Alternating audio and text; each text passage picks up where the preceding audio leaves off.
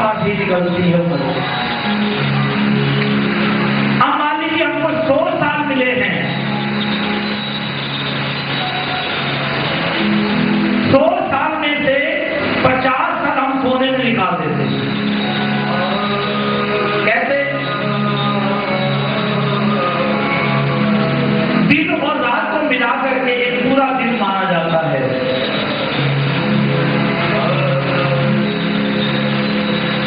रात्रि हम सोने में निकाल देते हैं। तो 100 साल की हमारी उम्र है, एक दिन का आधा हिस्सा यानी रात्रि जो है वो निद्रा में चली जाती है। तो 100 साल में से 50 साल कहां चले गए?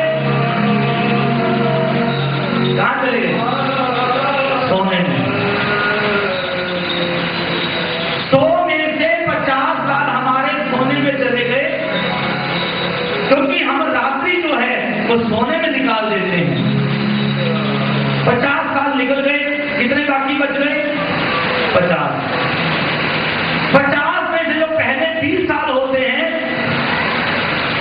बच्चे को ये नहीं मालूम होता कि मेरे जीवन का उद्देश्य क्या है, वो खेल कूद में बिता देता है। तो 50 और 30 साल कितने हो गए?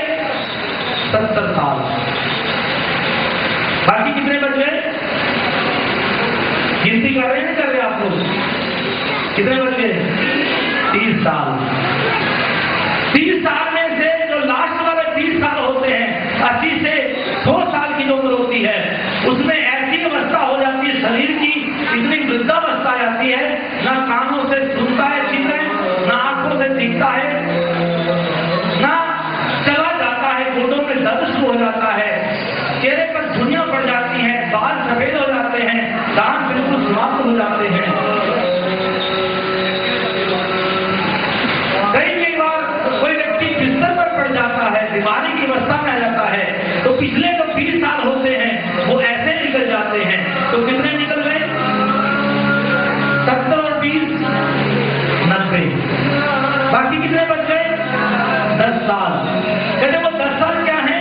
कहते वो जवानी दीवानी होती है, समझाने पर भी कोई समझता नहीं। अरे यार बहुत साल पड़े हैं, अभी क्या भी वजन करना है, अभी ऐश करनी चाहिए। वो जवानी के 10 साल भी वो व्यर्थ गवा देता है। तो 100 के 100 साल उसके वैसे ही निकल जाते हैं। आज प्रहलाद जी ने इतनी सुंदर शिक्षा दी असुर बालकों को, तो असुर बालक बड़े हैरान हुए। अरे प्रहलाद, तुमने ऐसी शिक्षा कहां से पाई? कहां से तुमको इतना ज्ञान मिला? प्रहलाद जी कहते हैं, जब मेरे पिता मंदराचल पर्वत पर तपस्या करने के लिए चले गए थे, तब देवताओं ने यहां पर आक्रमण कर दिया और इंद्रदेव मेरी मां को पकड़ करके ले जा रहा था। उस समय मैं मां की गर्भ में था। रास्ते में देवर्षि नारद ने देखा, तो देवर्षि नारद ने कहा, अरे इंद्र कहां ले जा रहे हो? इंद्र ने कहा, नारद जी, हिरण्यकशिप ने हमको इतना परेशान किया है, इतना दुखी किया है, हम हिरण्यकशिप की पत्नी केरातु को ले जा रहे हैं। ये जब पुत्र को जन्म देगी तो हम उसको मार देंगे। देवर्षि नारद ने कहा, इंद्र, तुम जो सोच रहे हो कि मैं हिरण्यकशिप के पुत्र को मार दूंगा, तुम नहीं मार सकते, क्योंकि केरातु के पेट में जो पुत्र है, गर्भ में जो पुत्र है, तो कोई और नहीं, परम वैष्णव महाभागवत है, उसको तुम नहीं मार सकते। जब इंद्र ने सुना, तुरंत हाथ जोड़ लिए और हाथ जोड़ करके मेरी माता के चारों तरफ परिक्रमा लगाई और मेरी माता को प्रणाम करके इंद्रदेव चले गए। और देव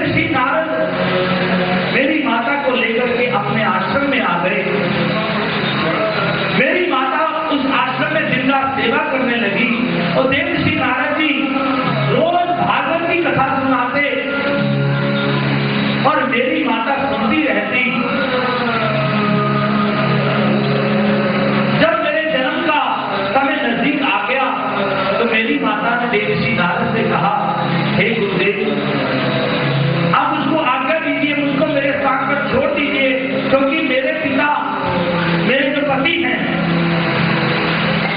वो तपस्या से वापिस आने वाले हैं, इसलिए मुझे जाने दीजिए, मुझे छोड़ दीजिए।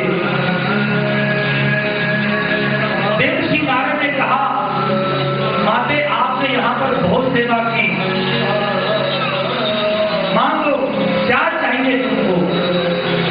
तो मेरी माता ने नारद जी से कहा कि आपने जो कथा मेरे को रोज सुनाई है भागवत की, मेरे को तो याद नहीं रहेगी, लेकिन मेरा जो पुत्र है आने वाला, उसको सारी कथा स्फुरित हो जाए, सारा ज्ञान उसको स्फुरित हो जाए, ऐसा वरदान हो।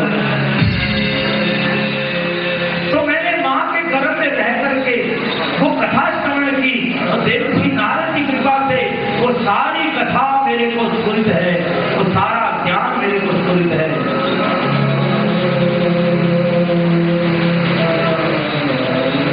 देवर्षि नारद ने मेरी माता को सकुशल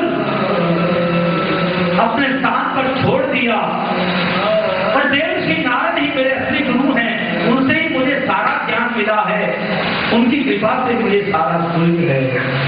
इस प्रकार से सारे बालक बड़े प्रसन्न हुए और प्रहलाद जी की दी हुई शिक्षा को सुन करके सारे हरि भजन करने लगे, सारे नाचने लगे और सारे कीर्तन करने लगे। और बड़ा सुंदर कीर्तन हो रहा है, गुरुकुल के अंदर में कीर्तन चल रहा है। क्या कीर्तन हो रहा है? बड़ा सुंदर भाव है। तो आओ